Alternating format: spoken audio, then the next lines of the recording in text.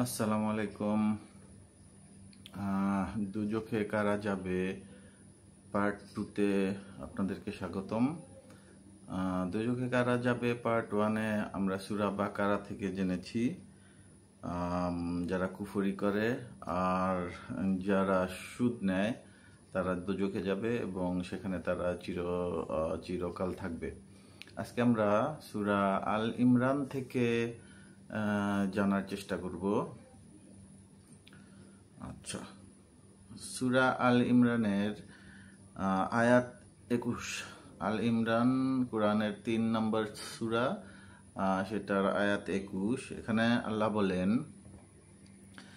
যারা আল্লাহর নিদর্শনাবলীকে অস্বীকার করে এবং পয়গম্বরগণকে হত্যা করে অন্যায়ভাবে, আর সেসব লোকদেরকে হত্যা করে যারা ন্যায়পরায়ণতার নির্দেশ দেয় তাদেরকে বেদনাদায়ক শাস্তির সংবাদ দিন।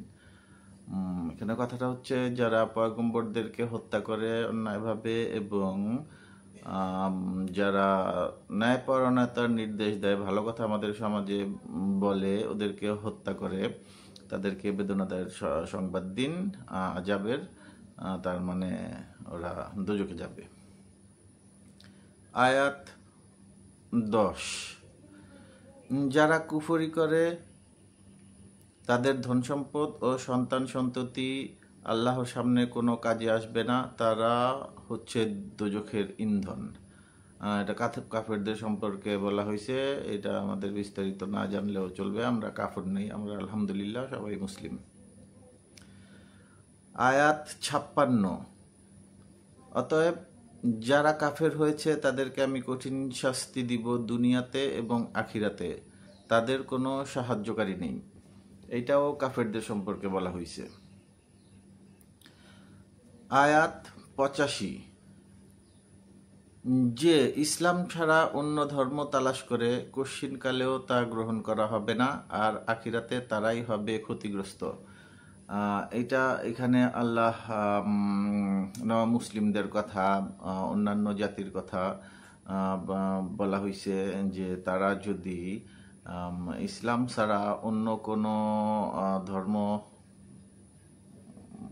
চুজ করতে চায়, নির্বাচন করতে চায়, তাইলে তা কখনোই গ্রহণযোগ্য হবে না। কারণ মহানবী হজরত মুহাম্মদ সাল্লাল্লাহু আলাইহি সাল্লামের উপর কুরআন নাজিল হয় এবং ইসলাম ধর্মকে আল্লাহ সত্য দিন হিসাবে কবুল করেন। তারপর থেকে কেউ যদি ইসলামে কোনো ধর্মে কনভার্ট হতে চায়, একমাত্র অপশন হচ্ছে ইসলাম। এছাড়া আর কোনো ধর্ম আল্লাহর কাছে গ্রহণযোগ্য হবে না, আর তারাই হবে আখিরাতে ক্ষতিগ্রস্ত, মানে তারা দোজখে যাবে। আয়াত 116। যারা কাফের হয় তাদের ধন সম্পদ ও সন্তান সন্ততি আল্লাহর সামনে কখনো কোনো কাজে আসবে না, তারাই হলো দোজখের আগুনের অধিবাসী, সেখানে তারা চিরকাল থাকবে। কাফেরদের সম্পর্কে বলা হয়েছে। আয়াত 151। এটা খুব ইম্পর্টেন্ট। এটা আমরা করে থাকি এবং বহু মাত্রায় করি। যারা আল্লাহর সাথে অংশীদার সাব্যস্ত করে তাদের ঠিকানা হচ্ছে দোজখের আগুন। বস্তুত জালিমদের ঠিকানা অত্যন্ত নিকৃষ্ট। এখানে অংশীদার সাব্যস্ত করার অর্থ আল্লাহ বলতে চাইছেন যারা শিরক করে, যারা শিরকের সাথে জড়িত। আমরা সবাই জানি শিরক আল্লাহ ক্ষমা করবেন না তওবা করার আগ পর্যন্ত। তওবা করলে আল্লাহ সকল পাপগুলোকেই ক্ষমা করে দেন। আল্লাহর সাথে মানুষের বান্দার যেই সম্পর্কগুলি, যে পাপগুলি, সেগুলি মানুষের সাথে মানুষের সমস্যাগুলি আল্লাহ কখনোই ক্ষমা করবেন না। আল্লাহ অবিচারক নন। এটা মানুষের কাছ থেকেই ফয়সালা করে যেতে হবে, আর ফয়সালা করে না গেলেও এটা আখিরাতে মানুষের সাথে মানুষের ফয়সালা করার হুকুম আল্লাহ দিবেন। আমরা সবাই শিরক থেকে বেঁচে থাকবো। শিরক সম্পর্কে একটা আলাদা ভিডিও আমি করব, ওইখানে শিরক সম্পর্কে মোটামুটি একটা জ্ঞান দেওয়া হবে। আয়াত 178। কাফেররা যেন মনে না করে আমি যে অবকাশ দেই তা তাদের জন্য কল্যাণকর, আমি তো তাদেরকে অবকাশ দেই যাতে তারা পাপে উন্নতি লাভ করতে পারে, বস্তুত তাদের জন্য রয়েছে লাঞ্ছনাদায়ক শাস্তি। আমরা অনেকেই বলি যে হালায় অনেক খারাপ, হ্যাঁ এইটা করে সেইটা করে, হ্যাঁ এত সুখ শান্তি কেন? আল্লাহ এখানে বলেন তার তো ধন সম্পদের অভাব নাই, হ্যাঁ তার কত ক্ষমতা পাওয়ার, দুনিয়ার কাম কাম কইরা বেড়ায়। ওদের সম্পর্কে আল্লাহ এখানে বলে দিছেন যে তাদেরকে আমি অবকাশ দেই যাতে তারা পাপে উন্নতি করতে পারে, তাদেরকে যেন আমি ভালো মতো শাস্তি দিতে পারি। আচ্ছা,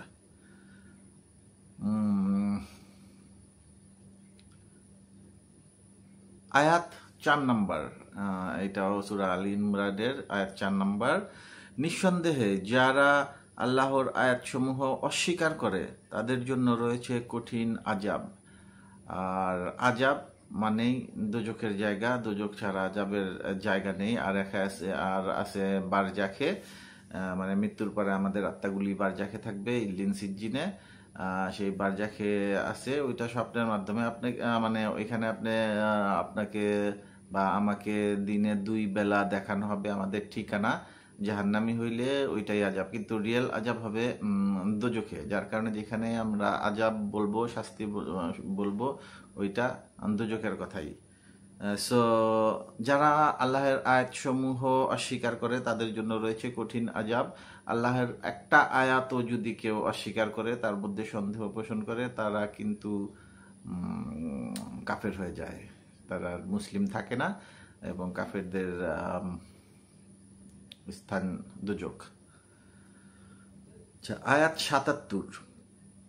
যারা আল্লাহের নামে কৃত অঙ্গীকার এবং প্রতিজ্ঞা সামান্য মূল্যে বিক্রি করে, আখিরাতে তাদের কোনো অংশ নেই। আর তাদের সাথে কিয়ামতের দিন আল্লাহ কথা বলবেন না, তাদের প্রতি করুণার দৃষ্টি দেবেন না, আর তাদের পরিশুদ্ধও করবেন না। বস্তুত তাদের জন্য রয়েছে যন্ত্রণাদায়ক আযাব। এটা আমাদের জন্য খুব ইম্পর্টেন্ট, এটা আমরা করে থাকি এবং বহুমাত্রাই করে থাকি, আরো বেশি ব্যাপকভাবে করে থাকি। এখানে বলছে যারা আল্লাহর নামে কৃত অঙ্গীকার ও প্রতিজ্ঞা সামান্য মূল্যে বিক্রি করে। আমরা অনেক জায়গায় সাক্ষী থাকি, বা হ্যাঁ জমি জিরাতে টাকা পয়সা লেনদেনের সাক্ষী থাকি, অনেক সময় কোর্ট কাচারিতে আমরা আল্লাহর নামে শপথ করি, বা এই ধরনের যা কিছু আছে, এইগুলা যারা টাকার বিনিময়ে বিক্রি করে দেয়, অনেকে বিচারক আছে যে টাকা খেয়ে তারা সত্য বিচার করে না, এটা সবই এর অন্তর্গত। এটা সম্পর্কে আমরা বিস্তারিত অন্য এক ভিডিওতে ইনশাল্লাহ জানবো, আল্লাহ যদি চায়। তা কথা হচ্ছে, যারা আল্লাহর নামে শপথ করে সেই শপথটা রাখে না, অল্প মূল্যে বিক্রি করে দেয়, তাদের জন্য আল্লাহ কঠিন শাস্তির সুসংবাদ সুসংবাদ না, এটা আল্লাহ সুসংবাদই বলেন, আসলে এটা দুঃসংবাদ, সুসংবাদ দেন। এরা জাহান্নামে থাকবে, শুধু জাহান্নামে থাকবে না, এদেরকে আখিরাতে আল্লাহ ওদের দিকে তাকাবেনও না, তাদেরকে পরিশুদ্ধ করবেন না, তাদেরকে করুণার দৃষ্টিতে তাকাবেন না, বস্তুত আল্লাহ ওদের সাথে কথাই বলবেন না। খুব ভয়ঙ্কর ব্যাপার হবে এইটা।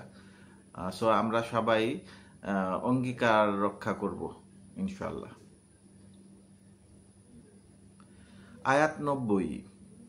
যারা ঈমান আনার পর অস্বীকার করেছে এবং অস্বীকারে বৃদ্ধি ঘটিয়েছে, কশিনকালেও তাদেরকে ক্ষমা করা হবে না, আর তারা হলো গোমরাহ। যারা ঈমান আনার পর অস্বীকার করে ওদেরকে আল্লাহ মুনাফিক বলছে। মুনাফিকদের পরিস্থিতি অনেক ভয়ঙ্কর, ওরা দোজখে যাবে। আয়াত 106।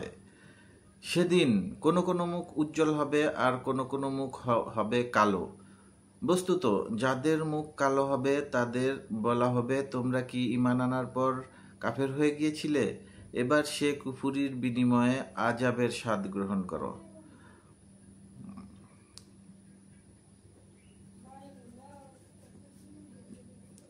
কিয়ামতের দিন বলা হয়েছে যারা দোজখী হবে তাদের মুখ কালো হবে, আর যারা বেহেশতি হবে ওদের মুখ উজ্জ্বল হবে, এবং তারা ঈমান আনার পরও আবার কাফের হয়ে গেছিল, তাদেরকে বলা হয়েছে। আজকে এই পর্যন্তই। দোজখে কারা যাবে পার্ট 3-তে আমরা আবার আরো কিছু জানতে পারবো। আর হচ্ছে সূরা আল ইমরান থেকে আমরা যা জানতে পারলাম তার মূল কথা হচ্ছে যারা কুফরি করে তারা দোজখে যাবে, 1 নম্বর পয়েন্ট। 2 নম্বর পয়েন্টে আছে শিরক যারা করে ওরা দোজখে যাবে, এবং যারাই দোজখে যাবে ওখানে তারা চিরস্থায়ী থাকবে। আর 3 নম্বর জানতে পারলাম ওয়াদা ভঙ্গ করে যারা, আল্লাহর নামে ওয়াদা করে সেটা ভঙ্গ করে যারা, ওরা দোজখে যাবে।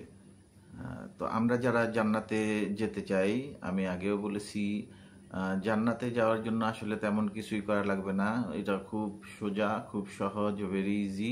কিন্তু জাহান্নাম থেকে বেঁচে থাকাটা অনেক কঠিন। সো আমাদের ফোকাসটা জাহান্নাম থেকে বেঁচে থাকার দিকে বেশি ফোকাস করা উচিত। আজকে এই পর্যন্তই। সাবস্ক্রাইব করা লাগবে, কিছু কমেন্ট করা লাগবে, কিছু জানার থাকলে জিজ্ঞাসা করা লাগবে, আমার ভুল থাকলে সেগুলি বলতে হবে, সাপোর্ট করতে হবে, আর একটু শেয়ার করে দিতে হবে যদি আমার কথাগুলি আরও কারো শুনতে আগ্রহী থাকে, বা আমার কথার মাধ্যমে কেউ যদি উপকৃত হয়, এটা বিশাল পাওয়া। ধন্যবাদ আপনাদের সবাইকে। আসসালামু আলাইকুম।